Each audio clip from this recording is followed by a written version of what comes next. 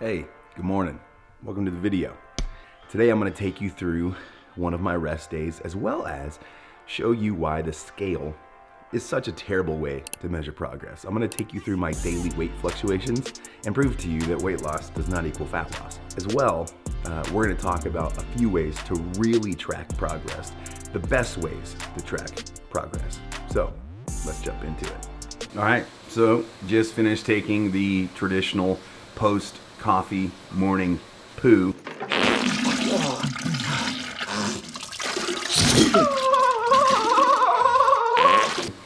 And now it's time to get my starting weight for the day. All right, there we go. Weight this morning, 239.65. Damn!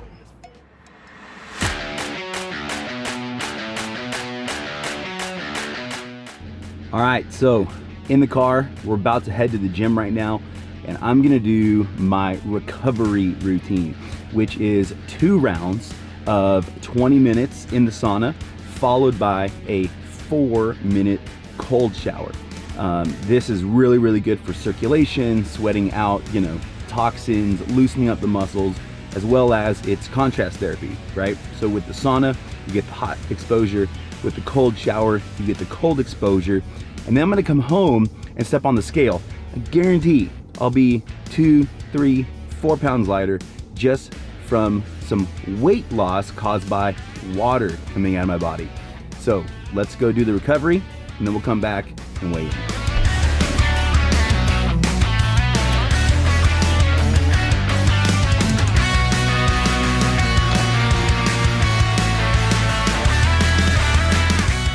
All right, so what I normally do is I spend the first 20 minutes just kind of sitting and relaxing, and then I'll go do my cold shower. The second 20 minutes I normally spend doing some kind of mobility and stretching for 20 minutes. So kind of start from the bottom up, just spend time deep stretching, mobility, to kind of pass the time of the second 20 minutes. Because if you've ever been in a hot sauna for any amount of time, you know that 20 minutes is a long time. So accumulating 40 minutes gets pretty difficult because it's hot. So that's what we're gonna do. We're gonna sit here and relax for 20, go cold shower it, then come back for 20 and stretch.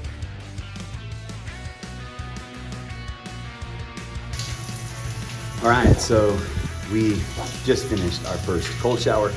So now we're jumping back into the sauna for 20 minutes with some stretching, mobility, and then we'll go back to the cold shower again.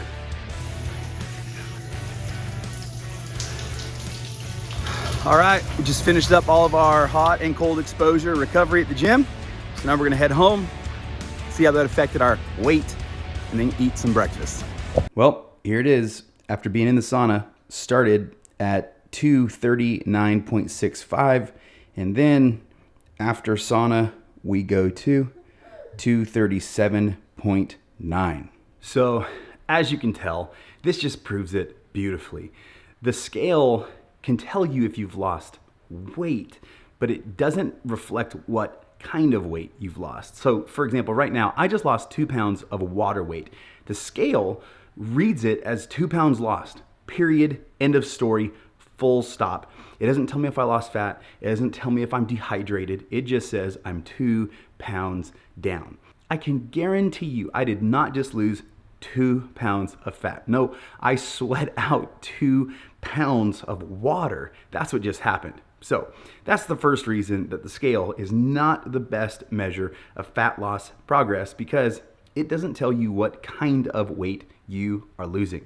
So now it's time to go eat breakfast, hydrate, and then we'll see the next reason why the scale sucks. So here's breakfast. We got 2 fiber tortillas with 5 eggs total, and then we have about 440 grams of egg whites, all of it with some hot sauce, and then 40 ounces of water. This is breakfast. Let's go. All right, here we go. So this morning, 239.65. After sauna and stretching, 237.9, and then after breakfast, holy cow, 242.5.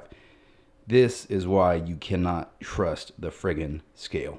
So this, my friends, is the second reason I don't like the scale for measuring fat loss. It does not indicate whether or not your weight loss or weight gain is from fluid or from food. I just went and had my breakfast and I gained 5 pounds. Was that 5 pounds of fat? No, it was just food in my system and it was reading a higher number on the scale.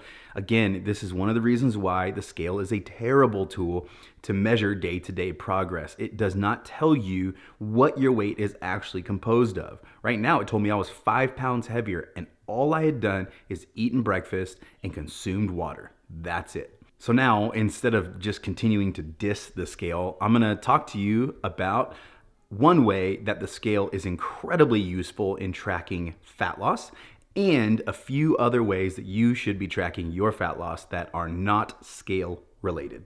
All right, so as you can see already, the scale really sucks for certain things, but it's really good for one thing in particular, and that is data over time, otherwise known as a trend. So this is what I like to use weight on a scale for. It's to show me my weekly and monthly trend. Because as we've already shown you, your weight throughout the day can go up and down and all around. Same thing day to day. And that's why we collect it every day, so that we can look at 1 week, 2 week, 3 week, 4 week, and beyond and see, do we have an appropriate trend over time? That's why the scale is important. It gives you your daily data that you can look at over a period of time and see a trend line. If you're trending in the right direction, that's a good thing. Cool, so thanks Cody, I appreciate that. Now you've told me that a scale is good for one thing, a weight trend. But how else can I measure my fat loss results? Well, let's talk about a few. So there are 3 other ways that I really like to use to measure fat loss progress with guys. The first one is your belt. We all, most of us, have been using a very similar belt loop or a belt hole for a long time. Now, as you're progressing in your fat loss journey, can you tighten your belt to another loop or another hole? If you can, you're making progress. The second one is your clothes fit. Are your shirts fitting looser? Are your pants fitting looser? Do you feel more comfortable in your clothing? If you are, then you're making progress with your fat loss. And lastly is measurements. Now I get it, a lot of guys don't like measuring themselves. A lot of guys think that's only for women, right? Like how women always talk about how many inches they've lost. Well, it's a really good metric to track. Like measure around your waist, measure around your chest, measure around your arms. Just pick a few spots that you think would be good. I always recommend measuring your chest around your nipple line and your waist around your belly button. If those measurements are getting smaller week to week to week to week, you're making progress. With all that said, you're a big boy or a big girl, and you can use whatever metrics you want, and you can measure your fat loss however you want, whatever makes you feel like you're a winner. But most importantly, more than everything, be consistent, stay consistent. Consistency always wins, and be in it for the long haul. You didn't get where you are overnight, you're not gonna get where you wanna be overnight. Thanks for joining me for this video. I'll see you in the next one.